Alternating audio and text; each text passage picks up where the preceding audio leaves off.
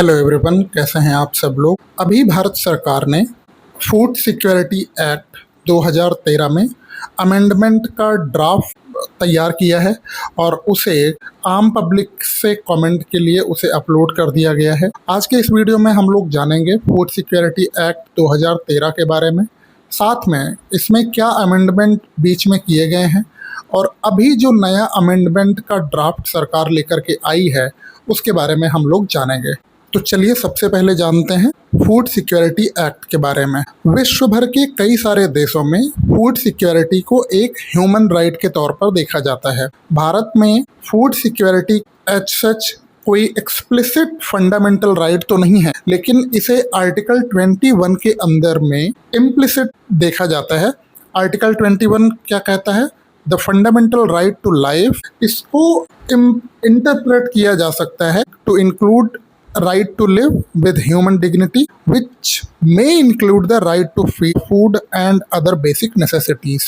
तो इसको आर्टिकल 21 के अंडर में हम देख सकते हैं। इस चीज़ को एक लीगल राइट बनाने के लिए 2013 में नेशनल फूड सिक्योरिटी एक्ट बनाया गया, जिसमें इस एक्ट ने फूड सिक्योरिटी को एक लीगल राइट बना दिया।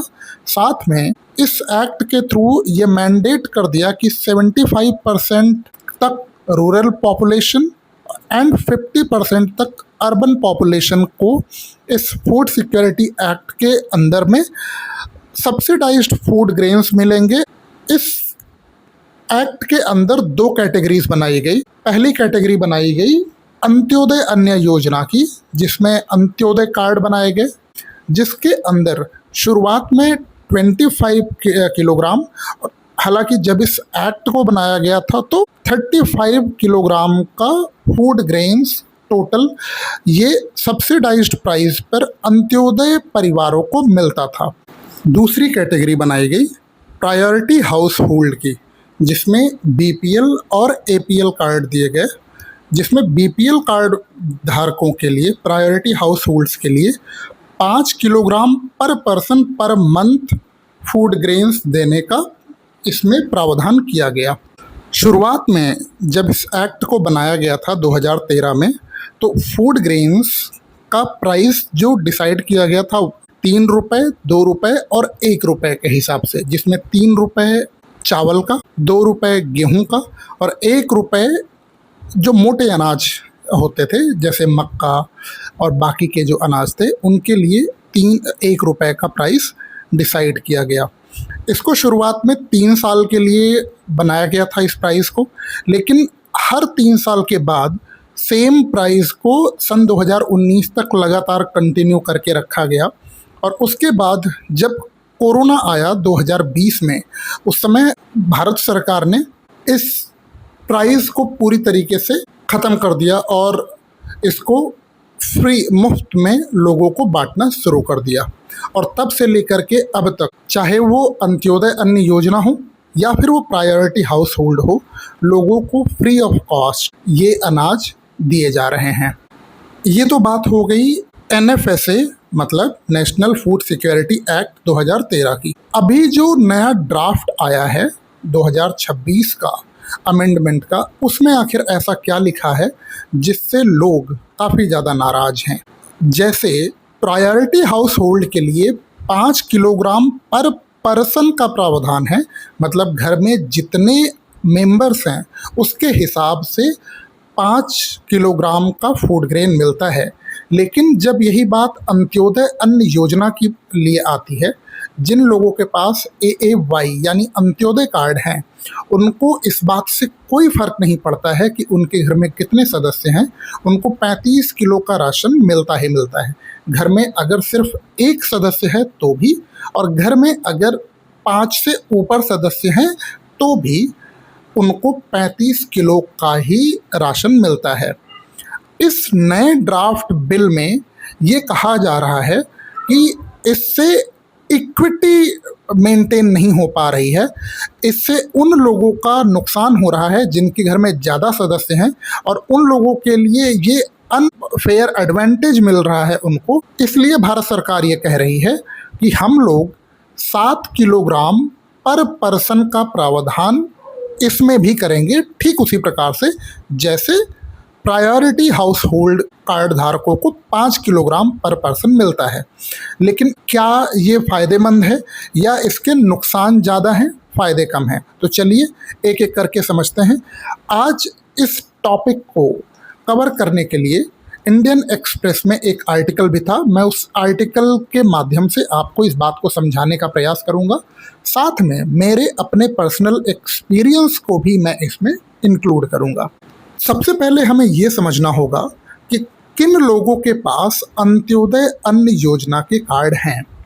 भारत में अंत्योदय अन्न योजना के कार्ड पीवीटीजीज यानी पर्टिकुलरली वल्नरेबल ट्राइबल ग्रुप्स के पास हैं। साथ में ये कार्ड उन लोगों के पास में है जिनके घर में कोई अर्निंग मेंबर्स नहीं है। जैसे कोई अगर बूढ़ी औरत है या बूढ़े कपल्स हैं। दूसरा, कोई बूढ़ी औरत एक छोटे बच्चे के साथ है, मतलब कोई औरत है जिसके बच्चों की डेथ हो गई है परंतु उसके ग्रैंड सन्स हैं या ग्रैंड डॉटर्स हैं, उनको इसमें इंक्लूड किया गया है। साथ में जो डिसेबल्ड लोग हैं उनको इसमें इंक्लूड किया गया है। इसके साथ साथ भारत में बहुत सारी विधवा महिलाएं हैं जिनको अंत्योदय अन्न योजना का कार्ड का लाभ मिल रहा है। इस नए बिल से होगा क्या? उन औरतों के लिए जो अकेले हैं या कोई बूढ़े कपल्स हैं, उनको कहने को तो 35 किलोग्राम का अनाज मिल रहा है, लेकिन उस 35 किलोग्राम के अनाज से मार्केट में सेल करके और भी बहुत सारे अपने खर्चे उन्हीं से मैनेज कर ले रहे थे। ये जो रिडक्शन किया जाएगा, क्योंकि अभी उनको 35 किलो का अनाज मिलता है, उस 35 किलो के अनाज में वो खुद जो भी कंज्यूम करती हैं उसमें से जो एक्सेस फूड ग्रेन्स बचते हैं उसको वो मार्केट में सेल करते हैं। और क्योंकि उनके पास कमाई के और कोई दूसरे साधन नहीं हैं, इससे उनको एक नया जरिया मिल जाता है। इसको सेल करके वो अपनी रोजी रोटी किसी तरीके से चला लेते हैं। भारत सरकार ने इक्विटी लाने के लिए इस अमेंडमेंट को लेकर के आ रही है। अगर हम रियल मोटिव देखें इस अमेंडमेंट का, तो वो भारत सरकार बहुत साफ इससे पैसे को बचाना चाहती है। लेकिन जैसे महात्मा गांधी ने एक बात कही थी कि आपके हर एक स्कीम का, आपके हर एक कदम का भारत के सबसे निचले स्तर पर बैठे हुए इंसान के ऊपर क्या फ़र्क पड़ेगा, उसको देख करके आपको नियम कायदे कानून बनाने चाहिए। अगर इसमें इम्प्रूवमेंट करना ही है, जो पीडीएस के ये जो सरकारी राशनों की दुकानों पर चोरियां होती हैं, आपको उसे रोकना चाहिए। अलग अलग तरीके से लोग चोरियां करते हैं, आपको उस पर थोड़ा सा स्ट्रेंथनिंग करने की ज़रूरत है। फिलहाल इस एक्ट में किसी भी तरीके का कोई छेड़छाड़ करना वो शायद ठीक नहीं है। हाँ, जो अंत्योदय अन्न योजना में जो लोग हैं, एक बार उनका सर्वे करने की ज़रूरत है कि क्या उसका फ़ायदा गलत लोगों को तो नहीं मिल रहा है, और साथ में कुछ ऐसे भी लोग हैं जिनको शायद उस कार्ड का फ़ायदा मिलना चाहिए, तो भारत सरकार को उस पर काम करना चाहिए। आज की वीडियो में फ़िलहाल के लिए इतना ही। आज के वीडियो में हमने फूड सिक्योरिटी एक्ट के बारे में समझा, नए अमेंडमेंट का ये जो ड्राफ्ट आया है उसके बारे में समझा। देखते हैं भारत सरकार क्या नए कदम उठाती है। धन्यवाद, नमस्कार, जय हिंद।